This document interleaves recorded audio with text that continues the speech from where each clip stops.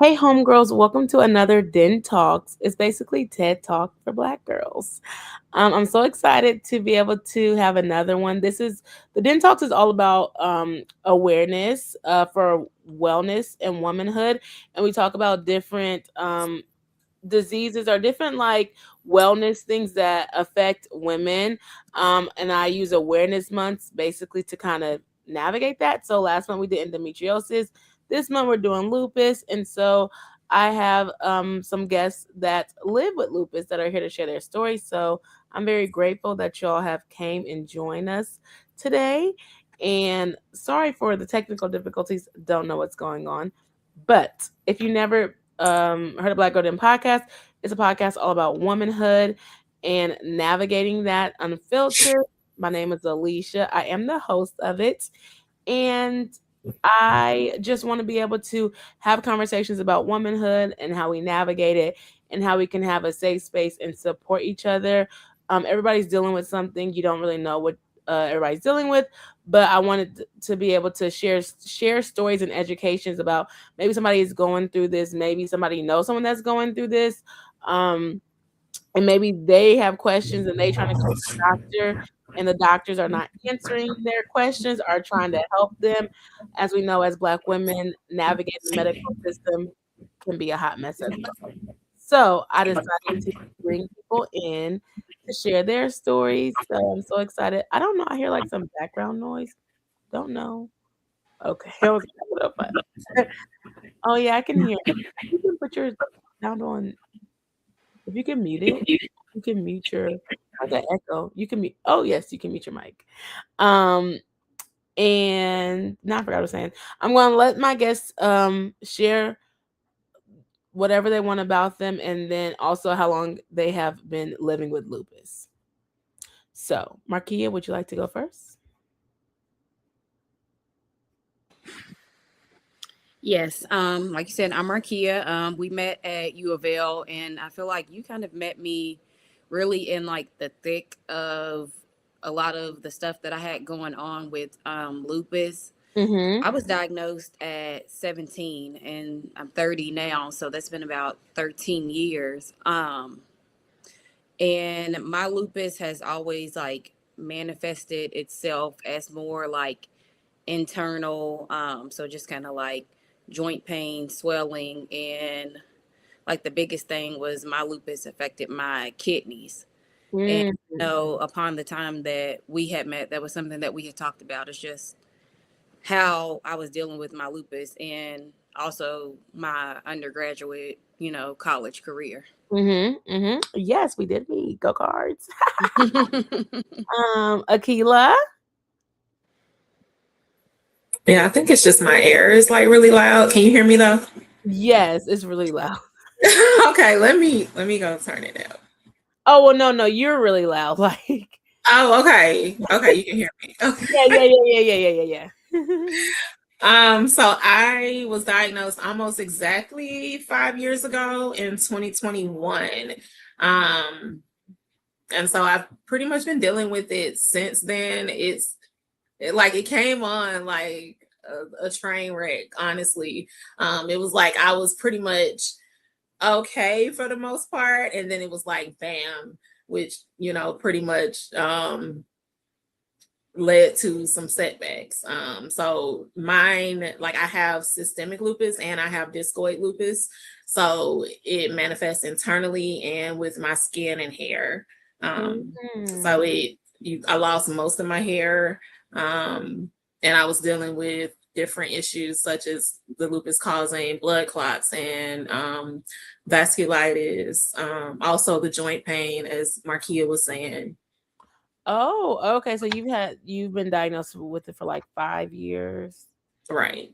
Okay, and yeah, that's a long time. That's what I was gonna say too, because there's so many different. Well, I guess there's so many different types of lupus per se, and I was like, it's just interesting because it's not something. Well, I don't know, but it's like it sounds like people are diagnosed with it later in life. Like it's not like something that like comes out like when you're born or something like that. So I know that lupus is an autoimmune disease, but can you all either one of y'all can say like what is it like? Are shoot, is it even defined by just like something?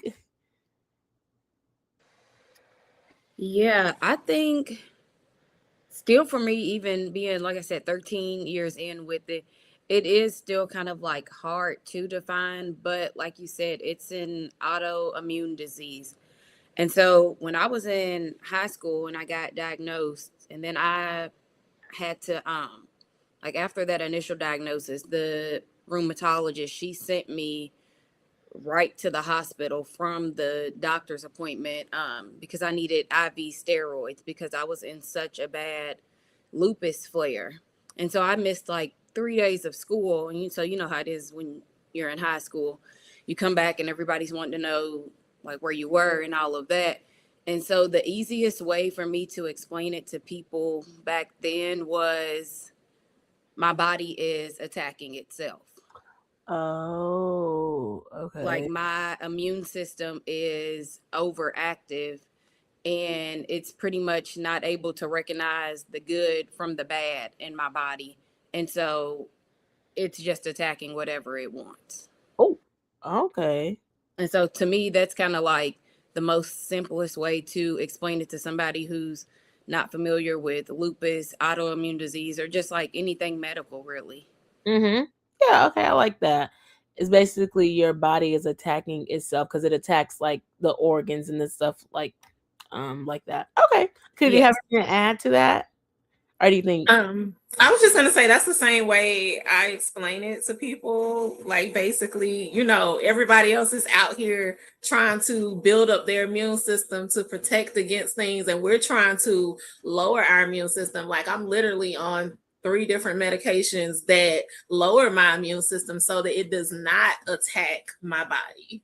Okay, okay, I can see that. Yeah, because they're like, get your immune system to be ready, and y'all's immune system is already ready. It's it's ready. It's at attention. Okay, I can see that. So kind of let's get into it. So I know you had it for 13 years, and because you had it for 5 years.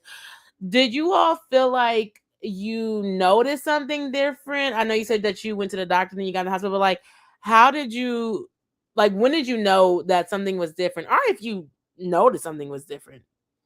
Okay. Kind of like what she said, it's like you thinking back on it, you feel like, okay, one day I was fine and then one day I wasn't. And the first thing that I had noticed was my feet had started to swell. Mm. And at the time, I had like an after school job, like in a fast food restaurant. And so me and my mom were like, okay, well, maybe I need some better shoes, some insoles or whatever. So we did all of that stuff, and like my feet were still swelling. And Mm. then it eventually started to be like my hands. And like my hands started to swell so much to the point like sometimes I couldn't even like close my hand around a pen in school to take notes. And Oh. so at that point, me and my mom, we were back and forth to the ER. I couldn't even tell you how many times. And they're doing lab work, they're doing this, and like they're like, we don't know what it is. And then it was finally one time when we went to the emergency room, that doctor, she was like, it's either rheumatoid arthritis, she was like, or it's lupus. She was like, but we don't do all of those tests here. And so at that point, we had to like schedule an appointment with my primary, have them run all of the lab work and everything. And then they also referred me to a rheumatologist. And Mm-hmm. it just so happened that day that I had the appointment with rheumatology, I was in like a really bad flare to where my feet were so swollen, like it hurt to walk. And so when we got there, she was like, can you take off your shoes? She was like, and just walk to the end of the hall and walk back. And by the time I got to the end of the hall, I was in tears because my feet were so swollen and so painful. And that's when like she immediately was like, okay, based on what just happened right now and then your lab work, she was like, you have lupus. She was like, you're in a really, really active flare. She was like, you have been for months. Because I think it started in like September and this appointment was in January. Mm. Um, And from there, like I said, she sent me to the hospital for 3 days where they did like a very high dose of IV steroids, because steroids are something that kind of suppress your immune system and help alleviate the swelling, the pain, kind of all those symptoms that the type of lupus I have causes. Oh, and the type that you have is what again? Systemic.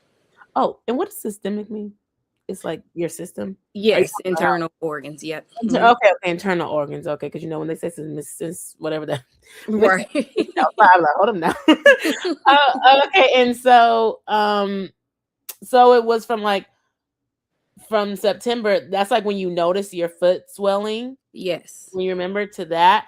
And, I was gonna say, did they say, like, what causes lupus? Like, does anybody know, like, how lupus comes about?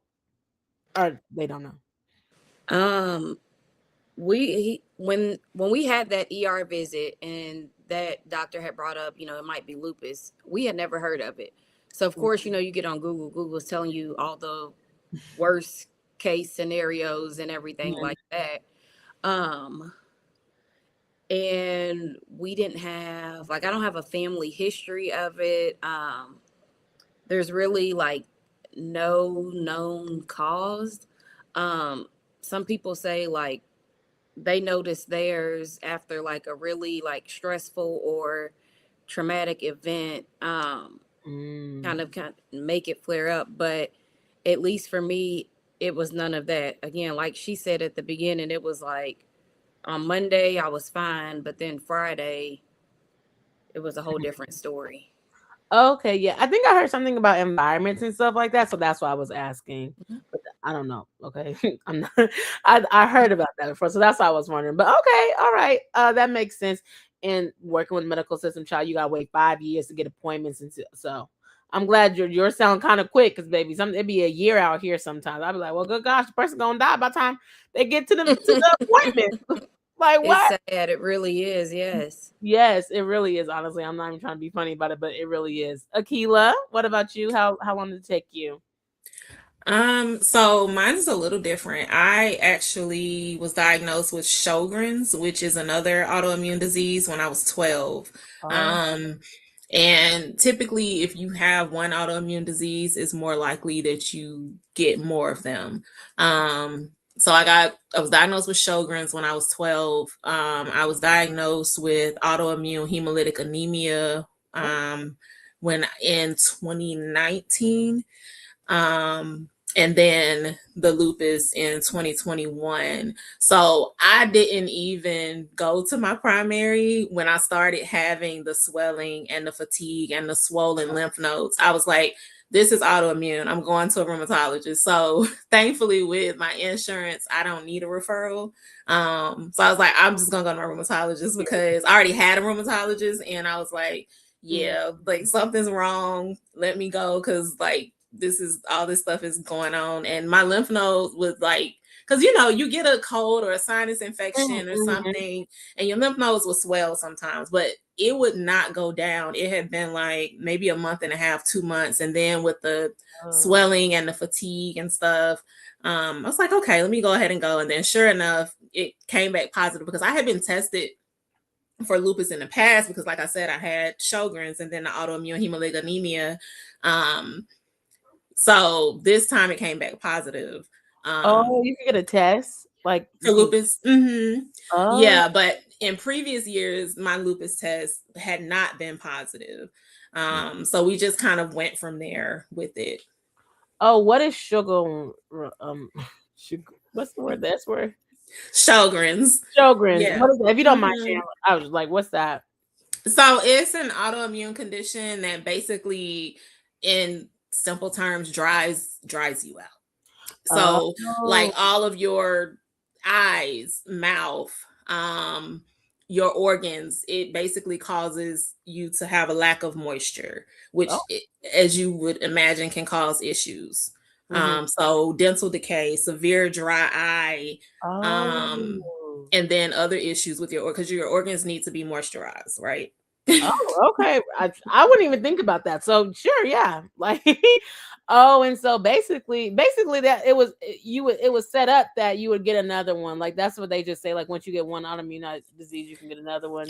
It's possible. Yeah, a lot of people do. A lot of people will get rheumatoid arthritis Heard of with that. it. So that's another one that I've been tested for before that has come back negative in the past. Hopefully it keeps coming back negative. Yes.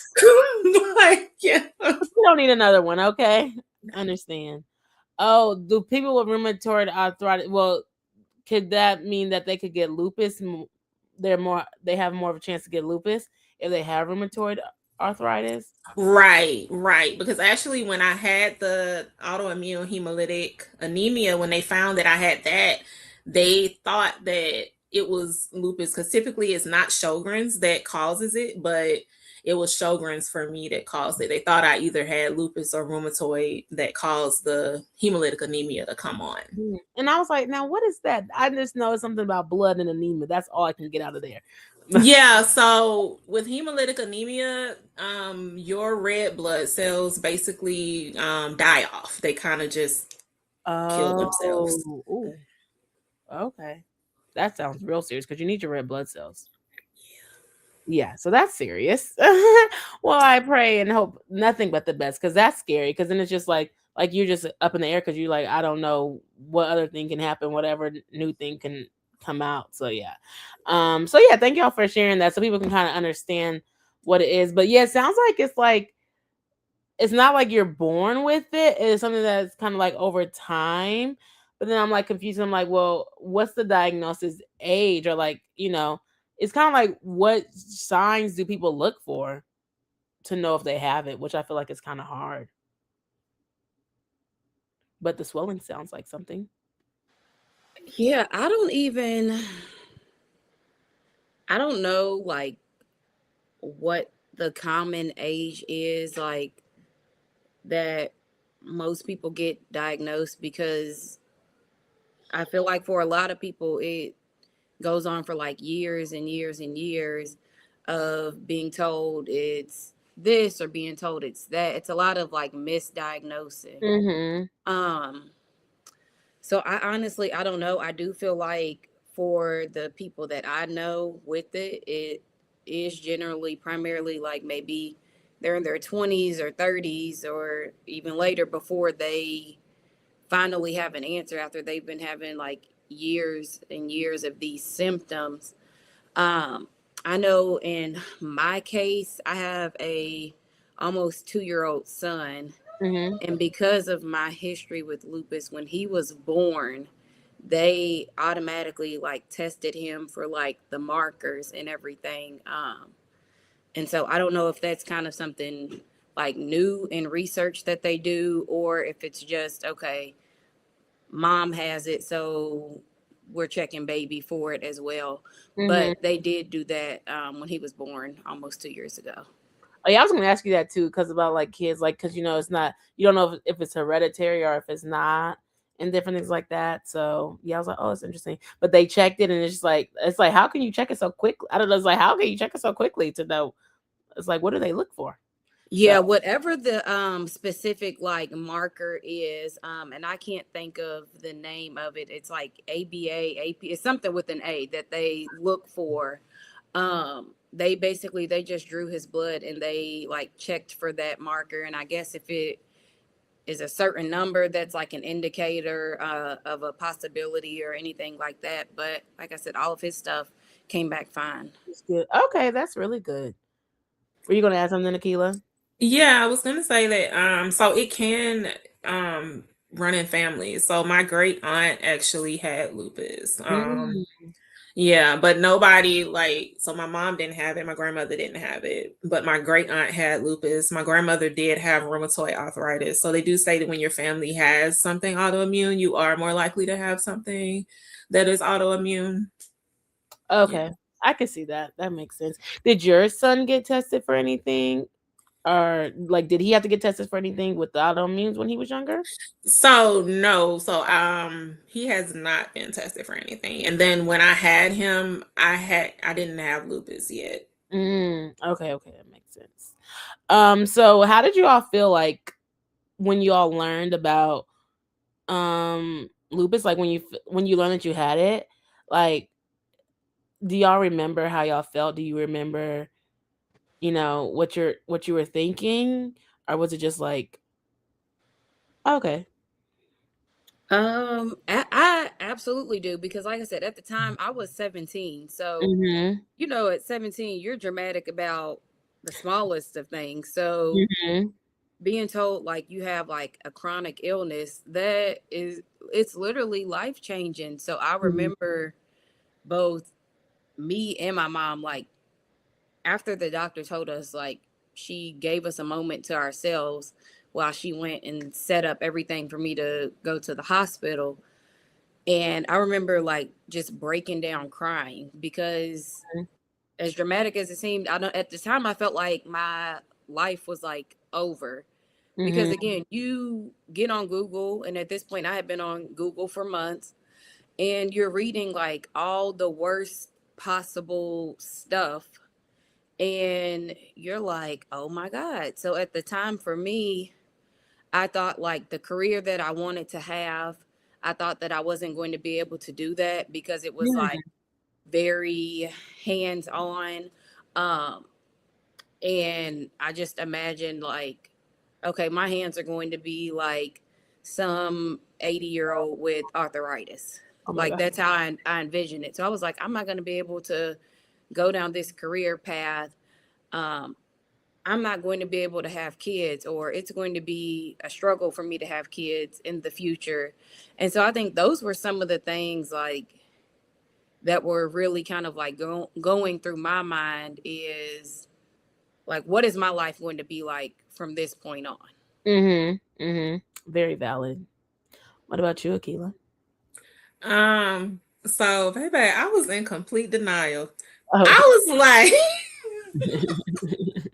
I was like, we not, I'm not taking, because my rheumatologist wanted to put me on Plaquenil, and I had heard so many like negative things about Plaquenil, and I was like, I'm not taking that. I'm gonna go do my herbs because my family is like really heavy into like herbs and homeopathic treatments, and like you eat this and it helps you feel this way, and I was like, okay, I'm just gonna clean up my diet. I'm gonna move more, and I'm gonna, take my herbs, and I'm not taking this medication because it's just gonna make me sicker. Mhm. Did not work because my lupus is not the herbal remedy type of lupus. It just isn't. Like I wish it was that Mhm. type, because I do hear, like, I'm in Facebook lupus groups, and a lot of people are able to manage theirs with diet and Mhm. lifestyle changes, but nah. Just not my Not markers. this one. My markers are like so high. Thankfully I haven't had issues with my skin lupus recently, but my systemic lupus is still like so high. Like I recently just had to switch infusions because of it, and I'm still on like other pills and stuff. But yes, I was in denial. I was not ready to be like, I'm taking this medication, I'm Mhm. claiming this. Mhm. Oh, because they give you medication like as soon as like they diagnose you, like there's something. To protect your organs, yes, because it Mhm. it will attack your organs, and then it eventually, like a few months later, started to, because I ended up having fluid around my heart, and then Oh yeah, I remember you talking um about yeah, that. so Oh yeah. yeah. What is a rheumatologist for the people who might not know? They see people with autoimmune conditions. Oh, okay, okay. That's great to know. Hmm. A Okay. doctor for people with autoimmune conditions, yes. Oh, okay, okay. That's cool because I didn't know what that was. I've heard of that. And so like getting into the womanhood aspect about it, like you talked about Marquis. Marquis went straight from I have lupus. What is my life gonna be like? Even at 17, my girl, like she was like that. I know you have it later, but like thinking about that though, like um serious like Lee. Now I don't know if lupus affect. Well, I don't know if lupus affects you having kids because I mean you have a son, so I don't know about that. But it could be different ones. Oh, what I was gonna say earlier is like you all have the internal one, right? But there's also external lupus, correct? Do y'all know anything I about? have both. Oh, is that the skin you were? That's the skin part you were talking Yeah, about. that's discoid lupus. It causes the lesions on your skin, your head. That's why I was saying I lost my hair because I Oh, had the lesions on my scalp. oh my gosh! What's lesions are like? Like Tattoos? plaques, like scabs basically. Like it'll Oh, grow mm-hmm. scabs on your face, your scalp, like wherever. I've seen people like with it on their limbs. It really just depends. Yeah. That's the one that's the external. I haven't seen that one, but I have seen people where they like might have it like on like a mark or something like that on their face or something like their skin. That's what I've seen. Um, So then if it's healed up, then it'll just look like a mm. scar. Oh, okay, okay, that makes sense. Like So with the singer Seal. Do you know Seal? No. Okay, you might be too young. I don't know, but there is a sing. Don't T-Boz got lupus? Oh no, she got sickle cell child. Let me not, baby. Tony Braxton has lupus. Tony Brett. That's who it is. Baby, she talks about it a little bit, but I don't hear her talking about that much. But yeah, she And does. Selena Gomez. Selena Gomez does have lupus. Okay, okay, I do remember that. I was getting them wrong. I was getting them mixed up. But Tony Braxton doesn't talk about that as much anymore. She talked about it when she was like first coming out, though. I think, right? So maybe child, she got some money. So child, I don't know what she doing over there. But okay, so those are the two. But when it comes to like, I guess in womanhood, like, do you feel like it was hard, or do you all feel like it's hard to deal with it, like on a I guess like a day-to-day basis? Like, I don't know, it sounds like y'all have to take like medicine, or it sounds like you have to make sure, make sure that you're feeling good. Like, at the end of the day, it's a chronic illness. So I just kind of want to know, how do you deal with that within just being a woman and navigating that space? How it's like, y'all are moms, right? You have to show up, you have to take care of your children, but how do y'all navigate that part within, how you feel like, because you all have a lupus? Okay. Yeah. That was a bit a question. I can I No, can it's okay. Kind of how she said, the first thing I feel like maybe a lot of women go through, or at least me and her, is like that denial. mm-hmm. And again, like thinking back, 17 years old, teenager, you think you're invincible, like Mm, you can do this and be fine, or you think all these things can happen and like you're going to bounce back quickly. And so I think that was the hardest part for me to accept as well, was like, okay, you have to take this medication every day because this is what's making you feel better. mm, Like, I remember after taking it for maybe just like a few months, like, and swelling's going down, joints are feeling better, like all that type of stuff. I'm mm. like, okay, like I don't need the medicine anymore. Like, I'm in remission. Like, I'm telling my own self I'm in remission. The doctor's not telling me this. This is me. Um, and obviously that was not the case. Like, you have to take this medication, as of right now, Mhm, forever. And so I think that was a big adjustment for me, is just accepting the illness and like mhm, what comes with it, to like keep myself like healthy and around. mhm, Um, and I think it wasn't until maybe about like 3 years in, when my lupus has started to affect my kidneys, mhm, that I guess I started to take it like more seriously. Like when my doctors were starting to talk about, okay, you might have to do like small doses of chemotherapy to like get your kidneys back functioning how they should be. And, they're telling us, okay, you all need to start looking at the possibility of dialysis in a few years, a transplant in a few years, all mm, those types of things. And so then I felt like that's when I was like, okay, like this is real. Like, I mhm. need to do what I'm supposed to be doing if I want to get to where I want to be in life. Okay, that was really good. I did kind of see your journey on it, so I'm like, I'm not trying to spill anything or talk too much, but I was like, what? what it sounds like though, kind of when you're talking about that, I didn't ask this earlier, but like support system, like do you feel like you had a great support system in that time during that time? Oh my gosh, yes. Mhm. My mother is very like there. In the hospital with me for however many hospital stays. She was Mhm. sleeping on whatever chair she had to. We started doing like the lupus walks. So she was Mhm. putting teams together for that. She was making like t-shirts for us. Mhm.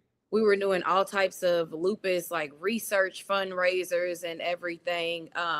Yeah, my mom is like the biggest supporter like when it Aw. comes to me. So, Mhm. and everyone else too, like other friends and family, like everybody was really like all hands in because this was mainly like a new diagnosis for most of us. Mhm. We weren't familiar with it, and just the friends I had, my family, like everybody wanted to do like what they could to support me like throughout that Mhm. time. Do you feel like you are you in remission now? Do you feel I don't Yes, and this is like for real remission, like from the doctors, not me just saying it. I Mhm. did have a kidney transplant in Yes, I was gonna say. September of 2022, Yeah. and that is what put my lupus like into remission. And even throughout my pregnancy in 2024 with my son, my rheumatologist was like, some women with lupus do like great during their pregnancy and don't have any issues, or some women like it flares back up. For me with my son, I didn't have any issues throughout the pregnancy or after. Oh, And that's then with me being pregnant now, it's mhm. kind of the same way. Like it's, Yeah, yeah. okay. I was like, I didn't want to get too much of it. I knew you was pregnant, but I was like, I don't want to say it. You don't want to say it. No, it's fine. Yeah, but I'm like, that's so cool because you were like, oh, I might not be able to get pregnant. I might need, and I knew you. I also was watching it, so I knew you got the your kidney transplant too. So congratulations Yes. to that. And Thank you. with that, since it's like, is it because it's like, of course, it's an organ, but is it because it's like it's not an organ? I guess that you produce is like it doesn't attack that organ, or could it still attack that organ? Does that question make sense? Are you asking if it could still attack my kidneys? Yes. Yes, it very much can. Mm. Um, I just if I one day just decided to like stop taking my medication, like Oh, oh, you're it's still very taking your much medication now. yes, yes. Oh, okay, Like it's okay. very much a real possibility like my lupus is going to flare up and it's going to my lupus has also affected my heart. So it could flare up and it could choose to cause more problems with my heart, my kidneys, something new. Like it could, yeah. So I definitely and the same medicines that I'm on for lupus are the same medicines that someone without lupus would take with a kidney transplant. Like they both like Oh, suppress your immune system and keep it mhm. from being like overactive and like attacking that organ. Okay, that's why I guess I was wondering because I was like, I didn't know because I was like, if you get a new kidney, like I didn't know if that is, but you still have to take the medicine because you got a Yes, kidney transplant. So you're still taking medicine for the kidney transplant and just in general, so it doesn't, so nothing happens where it doesn't attack the organs. Okay, correct. that Yes, makes sense. Okay, yes. sorry. I know I had you talking for a while. But welcome, Milan, girl. I'm gonna let Milan introduce herself, then I'm gonna come back to you, Akila. Okay. Welcome, Milan. Thanks for Hi, joining.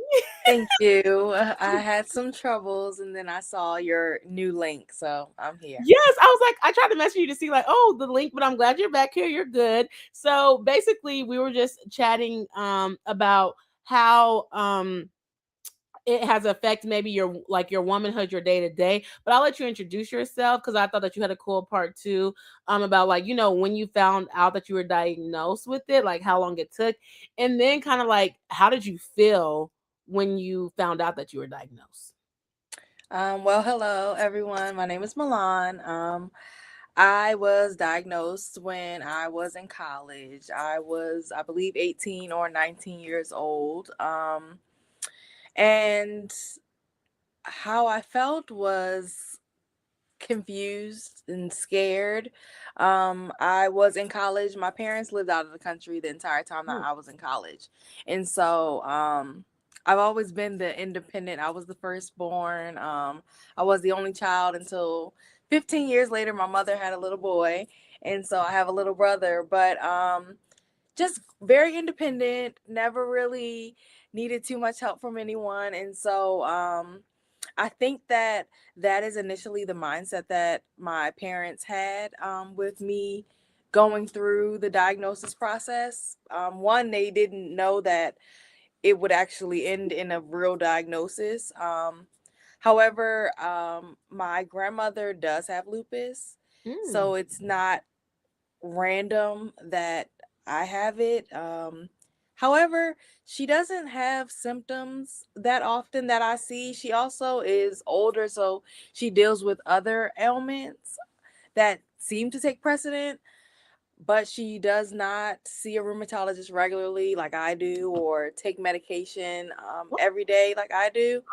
Um, and so for me personally, I felt like I was navigating it Mm. as if it was something new all for myself. And now I have the opportunity to work with the Lupus Foundation of America. And so, Mhm. from being that scared little girl in the hospital room to being able to speak on platforms and be invited on the podcast and things like this, it's just a very amazing full circle opportunity. Yes, I love that. That you get to share your story. I have a couple questions for you. What type of lupus do you have? I have SLE, so systemic lupus erythematosus. And so that affects me internally. Um, Mm-hmm. the reason why I was diagnosed or why I even went to the doctors in the first place is because my bowels shut down. And so I stopped being able to go to the bathroom, still having that urge that you get when you have to go, but going and nothing happening. And so this was for weeks. Well, not weeks, but I would say days into about a week Mm-hmm. of me just not being able to use the restroom. And that's when I knew something was wrong because you're supposed to go to the bathroom every day, multiple times a day if you can. And so um, I went to see a gastro doctor. And then the gastro doctor, like most doctors outside of rheumatology, they will tell you that you are perfectly fine and you have a clean bill of health. And I knew that that was not true. And Mm-hmm. so from that doctor, I went back to my primary care. We did more tests, more labs. Nothing came of that. And my parents were military. My father's a veteran.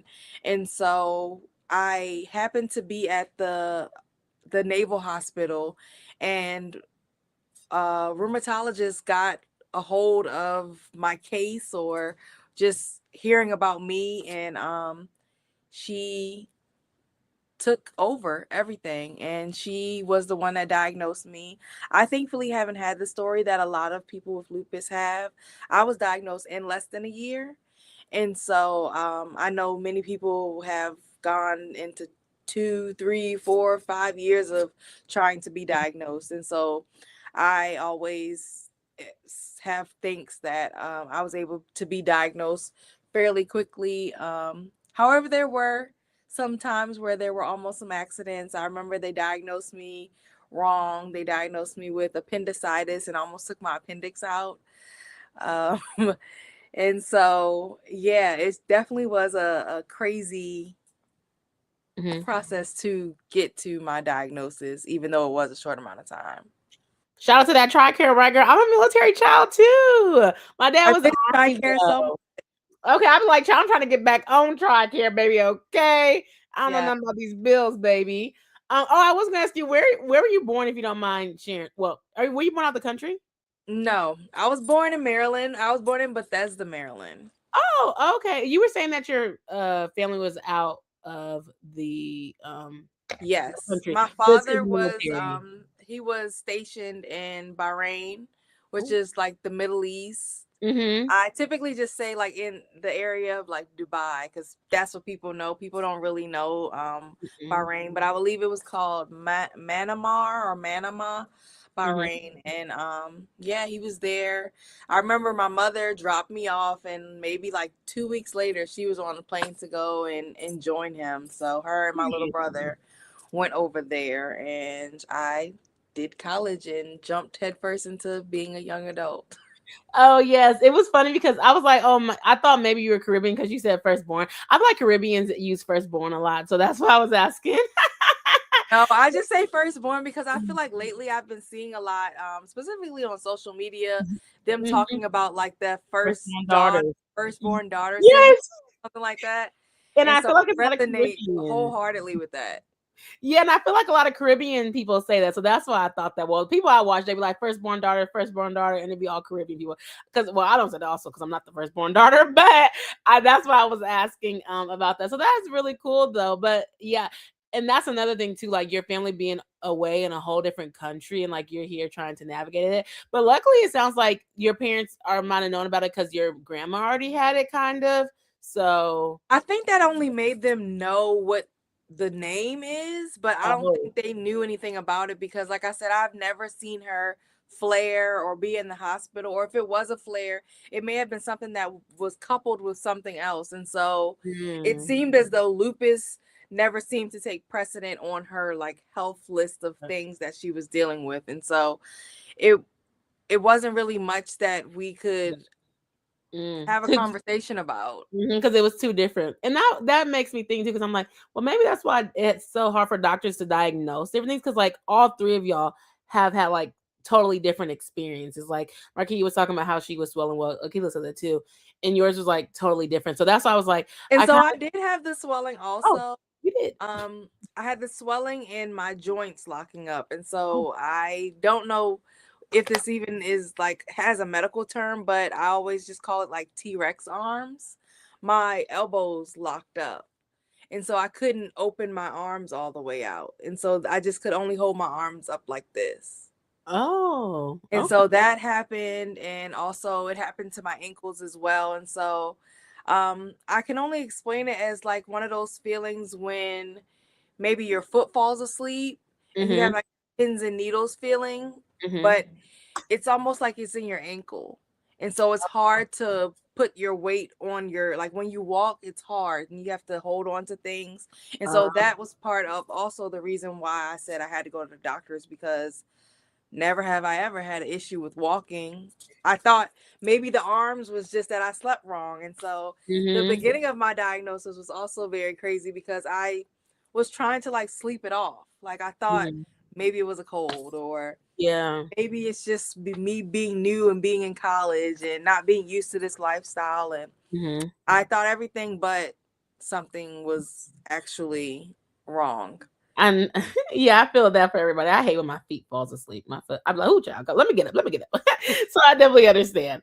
Okay, so I'm gonna give you a rest because I know I was chatting with you a while. Akila, back to your conversation. How do you feel like showing up as a woman, like and your mom? Like, how do you navigate that and like dealing with like pain and different things like that? So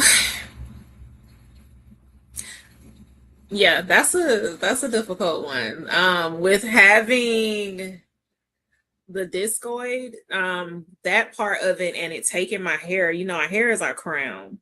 Period. So that was very hard for me. Mm-hmm. Um, yeah, the yeah, losing my hair was Mm-hmm. that was very hard for me. And then And it just because came and out. then It just comes out. Sorry, I didn't know. Like, well, it was coming out because of the sores or on my oh. scalp. Yeah.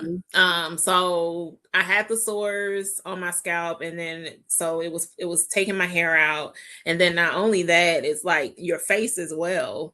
And we don't have to be vain to care about, the way our face look. I don't think I even look in the mirror twice a day, but still, like when you have when Mm-hmm. you have like stuff going on with your face, because I I got the sores inside of my ears, inside of my nose, like under my eyes, on my eyebrows. So it also took my eyebrow hair out. Oh, that thing came So real. that, yeah.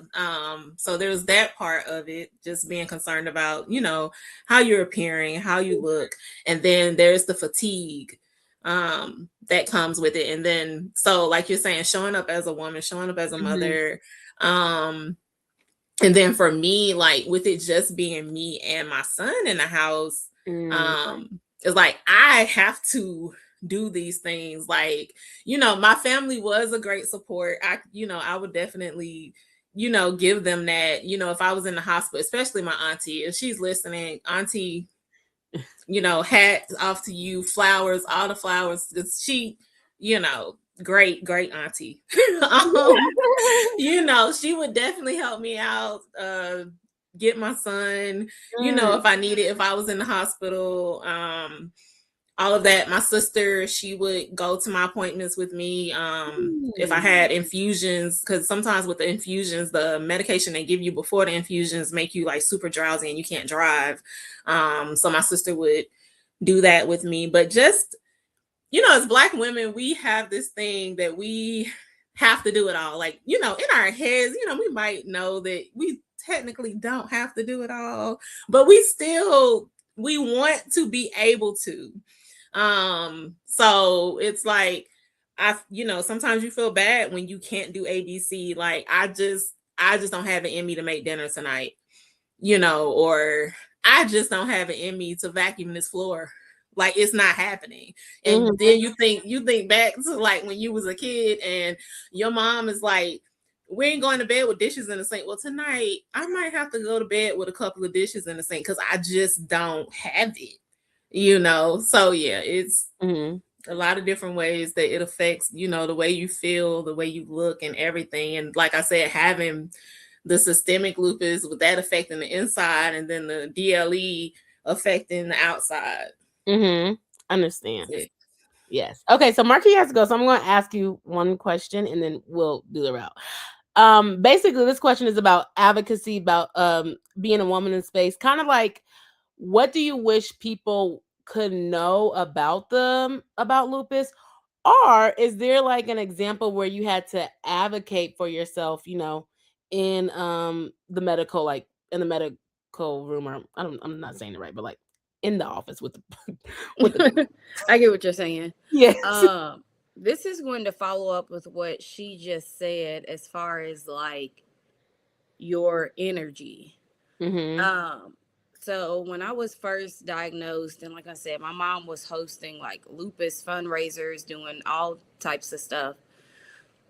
She found this metaphor online that it's called like I can't remember exactly if it's like a story, a poem, or whatever, but it's just called like spoons, like the spoon that you eat with. And kind of to summarize that up, it's like, say if the three of us and then you without lupus, we all start our day with 20 spoons. 20 spoons just being like the energy that you have for the day. And say we may have the exact same day, the exact same routine and all of that, but at the end of your day, you may still have 10 spoons left. But for someone with lupus, one day we may have 3 spoons left. Or some days we may have 10 or 5, or it just varies. And so I think that was the hardest thing for a lot of like my friends and family to understand. And then people who I met like after my diagnosis, who like didn't know me when I was like going through the thick of things, it was hard for them to understand why I don't feel like doing this, or why I'm taking my time with this. Especially when you're young, you're Black, you're in college, like in your 20s and all of that, like you're expected to be having a ball. Yeah. Yeah, like 24/7. Like Hmm. that's what the expectation is. But for me, it was just not like that. Did I go out and have fun with my Oh, can y'all hear me? Okay, I don't know what happened, but I don't know if she's gonna come back or she's not. Something happened. Um, so we're gonna pause where she's at. But I do understand you're supposed to be supposed to be out having fun with your friends, supposed to be partying, you tired. I also thought about that too, what she was saying about the wellness part. It's like they want you to work out, they want you to cook, they want you to clean, they want you to, and I didn't got lupus shot. And guess what them dishes gonna be? In that dishwasher. I can't even work. I was like, I'm too tired. Like my friend, she was like, start using dishwasher. I was like, oh my gosh, because growing up, I never used a dishwasher. Guess what Yep. the dishes were? In that dishwasher. So yeah, And I I have thought to a lot. remind myself a lot that I have lupus. I think since I've been diagnosed, like I was diagnosed in college, like she was saying. So that's so much hustle and bustle. And so it's very rare that you are just sitting down as a college student. And so now as an adult, I have to remind myself, like Milan, you, and then also remind myself to give myself grace and not feel guilty about it, because you have a real reason why you are tired. You're Mhm, not just saying I don't want to do it just because I know as she was talking about like the canceling part, I always have so much guilt because I'll make the plans and I'm ready. You caught me on a great day. I have the energy that day we made the plans. But the day the plans come, I may not have it. And I have no explanation. I have no reason why. I can think back over my weekend. Maybe I didn't do anything strenuous, but maybe I had 7 meetings back to back, or just things that someone without an autoimmune disease would typically think wouldn't make you tired is not the same for someone that has an autoimmune disease, or for us speaking specifically lupus. mhm, Um, the tired feeling, the fatigue mhm, it's unexplainable. mhm. Do you share with your friends? Like, do you tell your friends? I guess I imagine you do because you're you do the whole the whole lupus order. But like, do you tell people when you meet, like, oh hey, like I have lupus? Like, is that something that you share, or do you kind of just like wait to tell I people? share because lupus is so much of a part of me and just my lifestyle. I'm very open about it. Like you mentioned, I'm an advocate with the foundation, and so that also puts me out there to just talk about it more. But um, specifically with the people that I'm meeting new, I do want to be upfront with them because I don't want them to just deem me as a flaky friend, or the always tired friend, or the always canceling friend. And with my friends that were there through all of it, um, most of them were very understanding, compromising. However, I won't lie and say that I have not lost friends along the way. I even had a breakup in college because of me having lupus and it Mhm, being too much for the guy that I was with during the time. And as a young woman, that breaks your heart to have the person mhm, that you're in love with decide that your illness is too much for them, mhm, specifically when you're being diagnosed and it's too much for you also. But mhm. I thankfully was able to grow from that. It was a horrible learning experience, but here That's I what am I. all these years later, and I'm married to a Oh, wonderful period. man who, even if I breathe weird, he's like, "Are you okay? Do you need Mhm. me?" And so he is very attentive and very compassionate, and I feel like I don't necessarily always need like a doctor. I need someone that's going to be compassionate. I need someone that's going to rub my feet every night because my feet are have blisters on them and things like that. And Mhm. so for me personally, and also just taking it back to Akila. Okay, just wanted to make sure. Her, when she was talking about her just as a woman, and her skin and her hair and things like that. I definitely resonate with that. I also experience alopecia. And so I have no hair. I have a little bit of hair. It grows randomly. But again, I feel like lupus has had so many times where it's like tried to attack everything in my life. Mhm. And I've thankfully been blessed to have the opportunity to turn a lot of those things around. Yes, I still suffer from lupus and deal with the things that come with it, but out of losing my hair, I learned how to make wigs and became a wig maker. And Oh, so great. it's just been it's been setback after setback after setback, but then I've been Mhm. able to turn most of those setbacks into opportunities. And yeah, it's as odd as it is to say, I sometimes feel like lupus has been a blessing in disguise for me, because so many times where I felt like it was a horrible moment, God was able to turn it around for me. And Mm-hmm. so that's just been the beauty of it all, if I I was can like, I even love that say. you're looking at the beauty of it. You're looking at the beauty of it. That's so sweet because I was like, oh, your hair is cute. I was like, this is a wig. That is so Yes, cute. girl, this is a wig. It's a Like, I was like, wig. that is cute. And I Thank was you. actually going to bring that up earlier when she said that because when she was talking about losing hair, I was like, "Ooh, child, that sounds like alopecia." Now I don't know if that's an autoimmune disease too, right? Alopecia is Mhm. right. I think so. So yeah, when you said, I was like, oh, I automatically thought about alopecia, and I do see women with alopecia. They are like cutting their hair off. But when you were talking about like it come down trucks, I was like, child, that sounds like alopecia. The way they talk about that, it just kind of like just comes off their hair and whatever, and it's just like so many things that does wrap around our identity, our beauty, our hair. And then you just got to go to these jobs and just be acting like everything is okay. It's not, and it's just like, I'm literally fighting for my life. And you worried about me emailing you or writing like, I am fighting for my life personally right now. So I don't And know. so thankfully I have a job that does accommodate Oh, very, very well. They're pretty understanding. They don't question me when I have to take off for the many doctor's appointments, the infusions, and things like that. mm, They just tell me to go ahead. I can work some of my day in the morning, some in the afternoon, or I can take oh, off the entire day.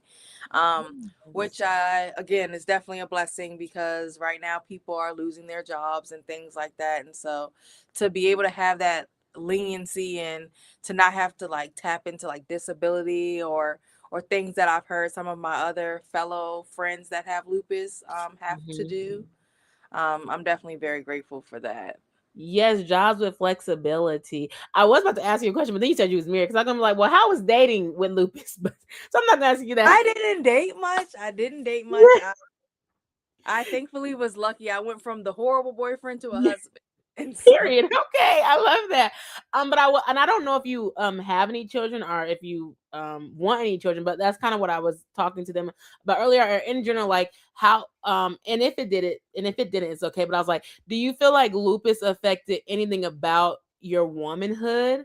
Like when you got it, were you like, I might not be able to have kids, or like I might like, did any of those thoughts come to mind?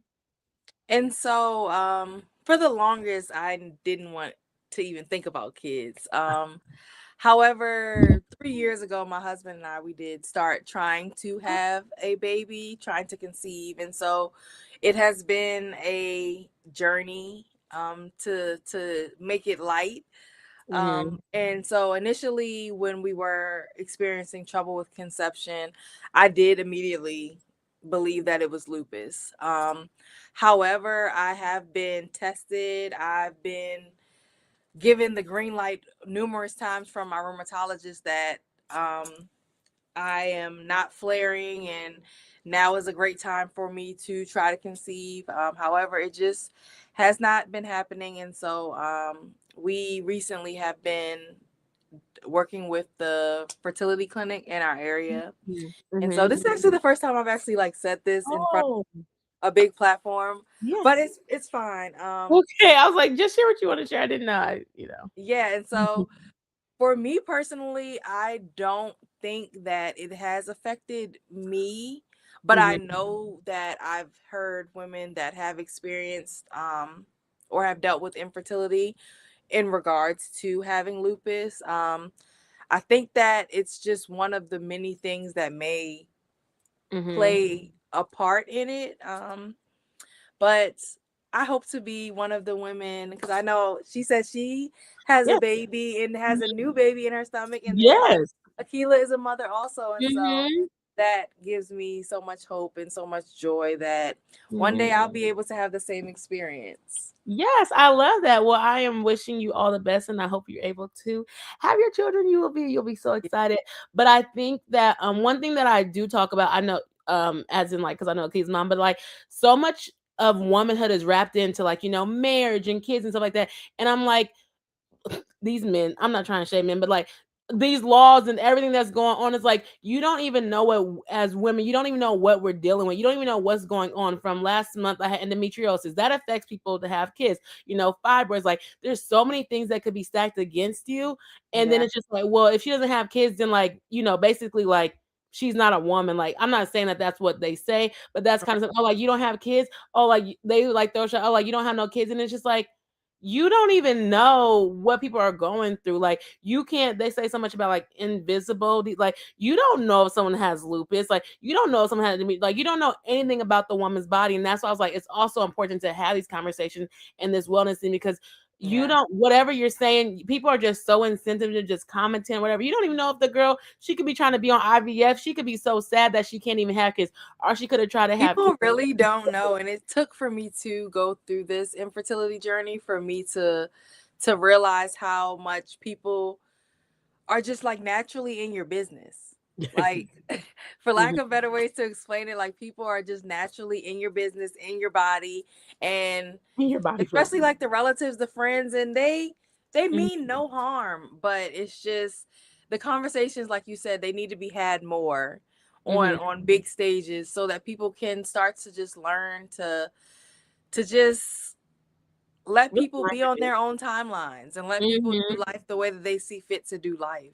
And I think so much is changing because, granted, like you do give grace to the family members who are, like 90 and 80, whatever. Because like that's what it was. You would, get married, have kids, and stuff like that. But so many people don't want kids now. So many people Right. are traveling, like, and it's not even that. Like, if you don't want kids, that's fine. That's what I'm saying. Like, some people don't want kids, and that's fine. But like, some people who do want kids, and it's like hard. I don't know if infertility has always been this popular of a. I don't want to say popular, but like of a big of a conversation. I don't know if it's changed or what, but it's just like there's so many things that are happening. There's so many things that are going on. There's laws and all these things that's like that. Like some people might not even want to deal with all that. And then shoot, IVF and stuff like that, that's expensive. That's money. People be trying to do all those things. And then some That's people even more tests, more labs, more doctors, more procedures, and and people, and then it fails, and then you're disappointed or you're discouraged and something like that. So I feel like at this point, like people really need to realize that people are human, and everything that happens for you doesn't happen to other people. And I think, like you're saying, how you said that your husband was compassionate. I'm like people are not compassionate nowadays. Like there's no compassion, there's no empathy, like. And you really can't teach that, although they should teach that in schools. But that's my soapbox. But I just really feel like there's none of that really shown or anything. And with social media, people could say whatever, they could do whatever. And it's just like, okay, y'all, like, let's just stop commenting on women's body. If they're skinny, they getting big. And then when you post, it's like, oh, is she pregnant? Oh, she pregnant? Like, no, maybe she's not pregnant, but maybe she, even if she did eat something or if she's getting smaller, now it's just like, it never ends, especially in women's bodies. So that's kind of my soapbox. As we wrap up, though, I know I'm getting time. Do you have anything you want to share, as in, like, if you had to advocate for yourself, if you want someone to know maybe something about lupus that you feel like people don't know? That's how we can wrap it up. I would say definitely advocate for yourself. And that's something, it's funny that you mentioned endometriosis. I also have that. Oh, But okay. at this point, I'm like, I feel like when I'm you just get lupus, collecting it them. becomes like a bingo card. Like you start You collecting know, things. yeah. Did you get So, endometriosis at, like, did you, or have you always had it? Like, have you always known? so Sjogren's, like I said, I got Sjogren's when I was 12, and then endometriosis, I was diagnosed with that at 14. And then the hemolytic anemia, the autoimmune hemolytic anemia, I was diagnosed with that in 2019, and then lupus in 2021. Mm-hmm. Oh my gosh, I can't believe you have endometriosis as well, child. Whew. Yeah. You are a So, warrior, yeah. warrior. Yes. Look, at this point, I'm like, what is it now, and how do we deal with it? That's pretty much how I approach it. But yes, learning to advocate for yourself is the skill that you need. Um, my mom was my advocate, so when she died, I learned I had to do it for myself. I'm crying. Because she was always there every appointment, bringing her research to the doctors, because when I learned I had endometriosis, I'm a teenager, and they're pretty much like, she doesn't want to go to school. Like, one doctor literally said that. But my mom was like, no, she's studious. She likes school. She gets good grades. So yes, advocate for yourself. And if this doctor is not listening to you, go find another one. Right. Period. Yeah. And endometrial, I can't even say the word now, but it affects fertility too. Like that's what I heard. That's what they were talking Yeah. about on the last meeting as well. I mean, on the last Dent Talk as well. Milan, I meant to ask you, do you have to take like daily like do you take medicine like daily to kind of like, help too? Okay. Yes, I take what I think everyone that has lupus takes is Plaquenil. Um, Minimally, I take Plaquenil every day. I'm not the best at taking my medicine every day, but I try hard because when you stop taking that medicine, honey, you are going to flare. It is Mm, no ifs, ands, or buts about that, at least from my perspective. And so I take Plaquenil and I take another medication. It is called it's generic. I think the hydroxychloroquine is the Plaquenil, and then I take another one called azathioprine, mm-hmm. and I take those two together. I also have been given amlodipine, Mm. which they gave me because I have Raynaud's syndrome. Oh, And so with Raynaud's syndrome, my hands and my feet, my blood stops circulating. And oh. so it's almost like if you got frostbite, like the feeling you feel when your hands are frozen, as if Mm-hmm. you were playing in snow with no gloves. It's a very painful feeling. And it happens no matter what the season is. It could be hot outside. Like today, it was like 75 degrees. My body felt like it was hot, but my hands were purple Oh. because I had just came out of a cold building. And Mm-hmm. so, with the Raynaud syndrome, they make me take amlodipine, which is typically prescribed for someone that has like blood pressure. It's a blood thinner. Mm-hmm. And so I don't take that as often just because I am one of those people. I'm not fully holistic, but if I can go holistic, I would prefer to go holistic instead of taking a pill.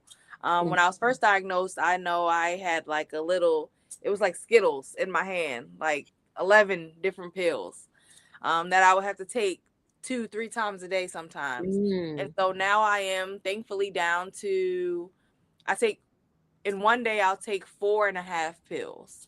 And so I know I have to take a lot of vitamin D. My vitamin D is typically very low. Mhm. My iron is sometimes low. They find anemia all the time or symptoms of anemia, but haven't diagnosed me with being anemic. And so, Oop, you're scaring me. then I also do the monthly Benlysta infusion. Oh, where you going? Okay, and get Yeah. infusion. And so I'm on that until the Lord blesses me with my little baby because they are still in the process. Like with lupus, there's so little research. And so with Benlysta, my doctor recommends that I stop it when I do become pregnant. Mhm. Some women have had success doing it and their doctors have been okay with it, but my doctor is not okay with risking it because there's so little evidence that I will be okay. And What does so, it do? Sorry. huh, What does it do? You said the like. Benlysta, Mhm. it's just an infusion that you get in your arm, Oh. IV.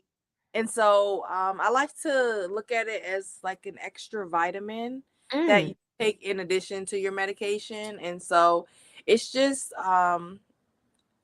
extra medication that helps with the medication that you're taking orally. Okay. Okay. But just I it's always joke and call it like a battery recharge I'm because when I get it, scared. I have all this life and all this energy. And then, like, towards the month when it's time for the next one, it's like my charge is dying down. But they just don't want you to do it when you're pregnant. Like they don't want you to get Yes, because they just don't know how it will affect the baby. into whether it will enter the placenta or not. Oh, okay. It gets a little deep there. Yeah. And so Understand that. because I don't have no information either, we can stop this until, because Uh, we worked hard and it was a journey to get this pregnancy. Okay, period. We don't know nothing interfering in it. Okay. And thanks for sharing that part because I asked everybody else. And then what do you think that you would want someone to know about the diagnosis, or do you feel like maybe one way you had to like advocate for yourself? I actually just did a video on this on my Instagram, but just having patience with yourself and having patience with the process. First accepting that it is going to be a process, it's going to be a journey. This is not a cold.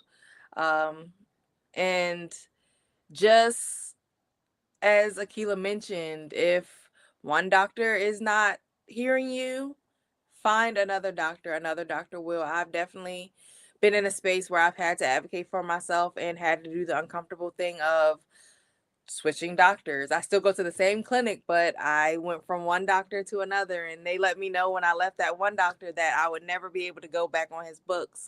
And I said, that is okay. I'm switching. Don't threaten me with a good time. I'm switching for a reason. And so now I have an amazing doctor who takes the time. He's not in a rush.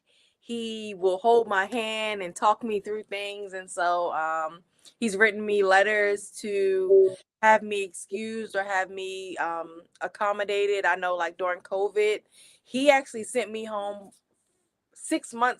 4 months before COVID even started, Mm. just off the strength that COVID was happening. And Mm-hmm. so 4 months prior to COVID, I was sent home to work from home. And then that's when the world shut down and everyone was being sent home. And so it was like, I'm actually still working from home. And so It's yeah, I would understandable. definitely say just making sure you have a good medical provider, a good Mhm. rheumatologist specifically, as a part of your support team. And as both the ladies mentioned, just having that support, having that community. My parents were out of the country when I was first being diagnosed, but once the diagnosis came through, if ever I flared, they were on the first plane, or if not, both of them. My mother was coming, and just being more open about it with my family and friends. I had some amazing friends, specifically my freshman year when I was being diagnosed. And Mm. I think back to it, we were all so young, but they were dropping everything to support me and help me when I was in need and confused in the diagnosis process.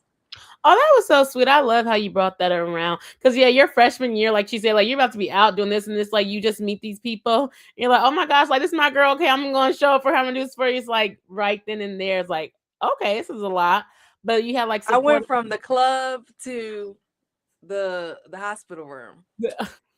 Like, not in one night, but I went from me and my girls at the club Mm-hmm. to me and Being my in the girls in the room at the mm-hmm. hospital. But they Mm-hmm. were there, and I appreciate them. And I don't talk to them as often. It's been so long, but Oh, I was wondering. I think about that often. And see, after this, I'm gonna have to call them and be like, thank y'all. Yes, In most Ode of Lupus Awareness Month, I thank you. yes, that is so sweet. You said something else. I was like, "Oh my gosh, that's a good point." Um, and I wanted to say something about that. You talked about your community. I feel like the community was really big. And then you said something about oh the doctor, um your PC, well that's not your PCP, that's your Rheumatologist. your rheumatologist. So, dang it, but I was gonna say something. Now I think I forgot it. But oh my gosh, okay. So your rheumatologist, that's who you had that you got new. And then what do you remember what you said before that?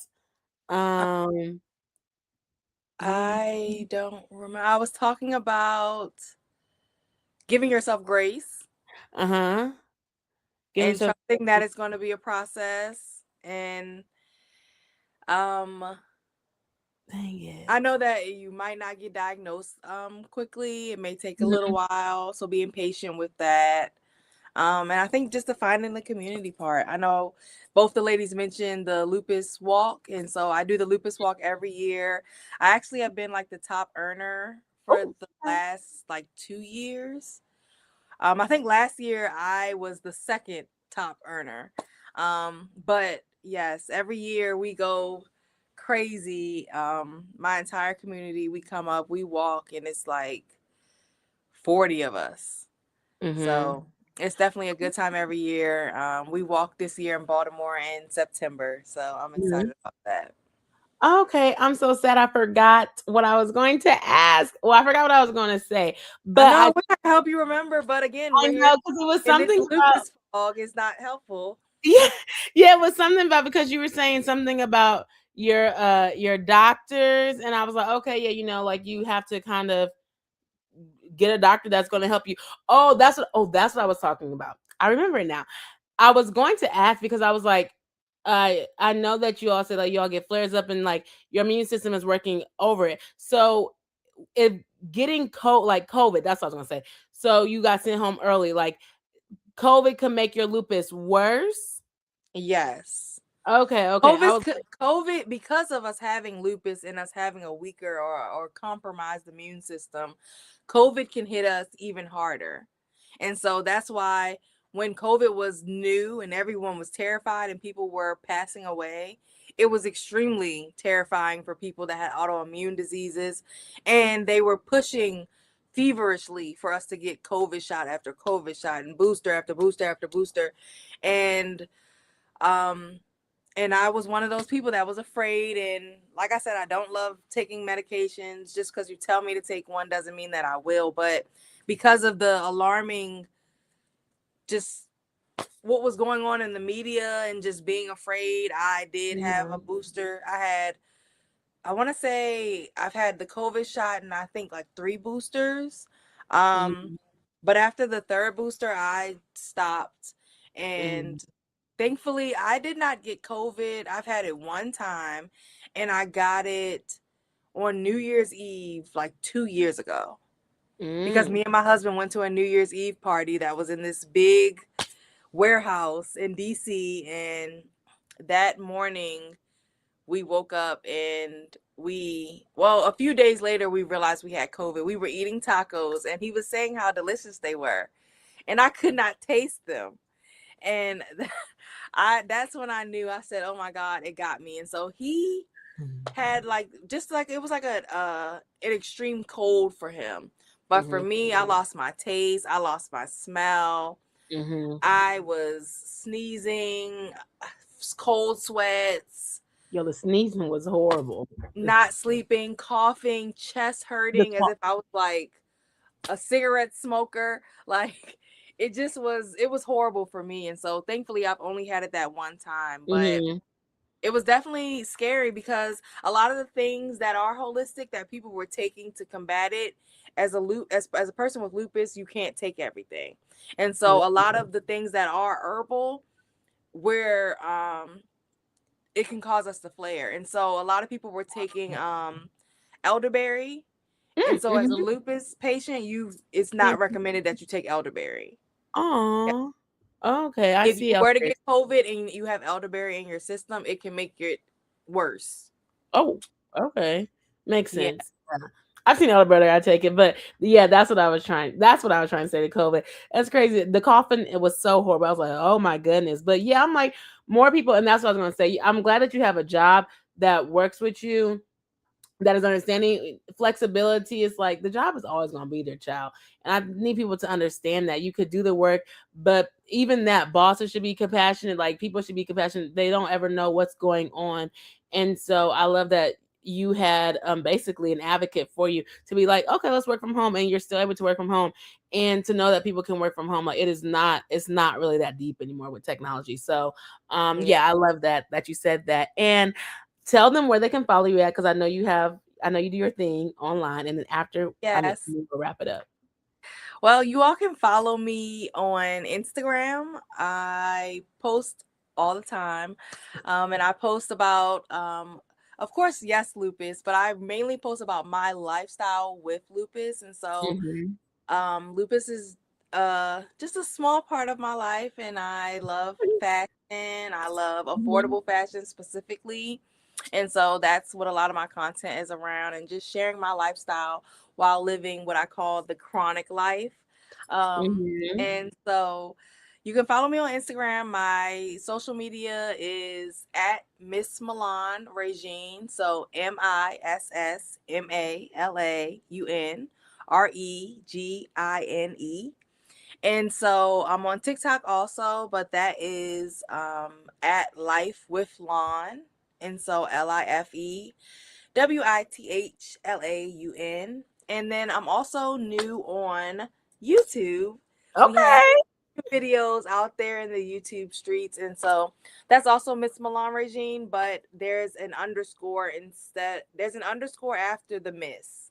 And so Uh, it's the same, but the underscore is just there. And okay. so, yes, please follow me. Please join my community. We're growing and all the things. So I would love to have you. Yes, I love that. Is Regine from Living Single? Is that- I think that that's what everyone thinks, but my aunt helped my mother with my name, and so uh, from what I think, it was like derived from my grandfather's name, and his name was Reginald. So I feel like the oh, living single part makes it more interesting than just saying I think it was like a a name. feminine twist on my grandfather's name. I'm cracking up. Okay, that's fun. I like that. And Akila, do you have? You probably don't want nobody to follow you, but do you have any last words to say? Well, you know, you be on and off social media, so I I do. I do. can't deleting Instagram, deleting Facebook, I child. still have to follow. I'm gonna follow Akila, so I need to know. Okay. I actually just followed you on TikTok. Oh, okay. Yes. Yeah, no, I don't think I have anything else. Just, y'all take care of yourself. Give Yeah. yourselves grace, and, like I said, advocate for yourself. That's a big one for Black women, I think. Mm-hmm. Absolutely. Definitely advocating for yourself. Yes. Weren't you documenting like your life though with lupus on TikTok at one point? Yes, yes. I still post about it every now and then. Yeah. Oh, okay, okay. Yeah, I was like, I know you did a little bit, Mhm. but I feel like you stopped. Yeah, I still post about it every now and then. Okay. Yeah. That's funny. I feel like you have to remind yourself to post about it because you're living it every day, and you're like, "Oh shoot, let me put this up." Yes. And Mhm. sometimes it's just like the same stuff, and it's like, like the infusions. And when you were talking about the Benlista, like I just started Benlista. I went from one infusion to the Benlista, and I'm like, I did get that burst of energy. Like yesterday, I was just all over my house cleaning and stuff because I'm on every 2 weeks right now, and then I'm gonna move to every month. But Yes, I'll be yes, I ready to was build like, a house okay, the what next day. is this? After I go home and get that little Benlista nap out the way, that next morning Yes. I can build you a house. Like that's how I feel. Yes. Because you be tired right after, but then it's like a few days later, it's like, oh, okay, what is this? Yes. Well, you can put them dishes away. Okay. You can finally Right. do them dishes. Put them Yes, dishes away when you got the yes. energy, child. When you ain't got the energy, baby, the dishes gotta stay. That is so funny. Well, I want to say thank y'all again for staying. I know I'm over time, but I'm the host of Black Girls In. You can follow us on Instagram, Facebook, and TikTok, Black Girls In Podcast. We upload every Wednesday on YouTube, wherever you listen to your podcast at. We talk about womanhood unfiltered. And so thank y'all so much for joining me tonight. Make sure if you're watching replay, you comment, you like it, and go support the Lupus Warriors, okay? And I will see you next time. If y'all have any suggestions for any other awareness months that may be affecting women, let me know. And so we could do Den Talks again. Bye. Have a great night. Bye.